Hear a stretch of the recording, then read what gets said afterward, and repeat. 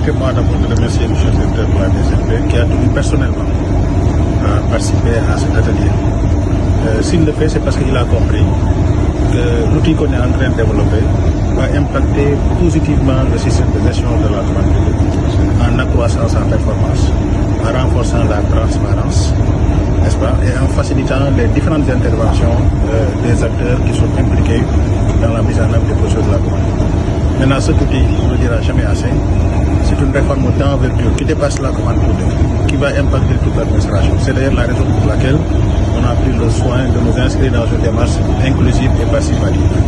Aujourd'hui, la rencontre avec la DCMP s'inscrit dans cette perspective. La DCMP, c'est la cheville ouvrière de la mise en œuvre, dans la mise en œuvre des procédures de la commande. C'est elle qui reçoit les plans de passation de marché qui sont paramétrés dans la plateforme.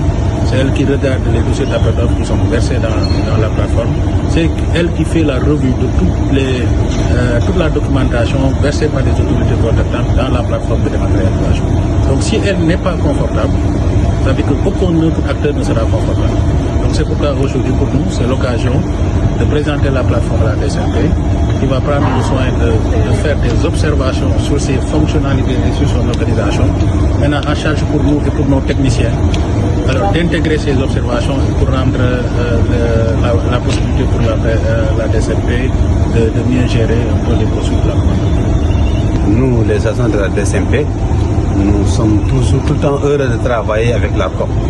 Je crois que ça a toujours été comme ça entre les deux structures et ça doit continuer comme ça pour être entre les deux structures. Celui qui gère aujourd'hui le système, c'est la COP, l'autorité de régulation de la commande publique. Donc nous, DCMP, nous sommes une direction centrale des marchés publics chargée du contrôle à priori. Donc nous, aujourd'hui, on peut dire que notre tutelle, entre guillemets, technique, comme je le dis souvent, c'est la COP qui a aujourd'hui tout ce qui tourne autour de la commande publique. Donc nous, aujourd'hui, nous ne pourrons que bénéficier. Les agents sont venus, on va tirer profit aujourd'hui de la plateforme qui va être de la plateforme de démat qui va être mise en place par la COP, parce que nous sommes les premiers aujourd'hui à utiliser ce système et à bénéficier de ce système. C'est vraiment une réponse à cette demande exprimée au plus haut niveau, d'aller plus vite, de renforcer l'efficacité, de créer les conditions permettant d'exécuter les projets publics de la façon la plus optimale possible.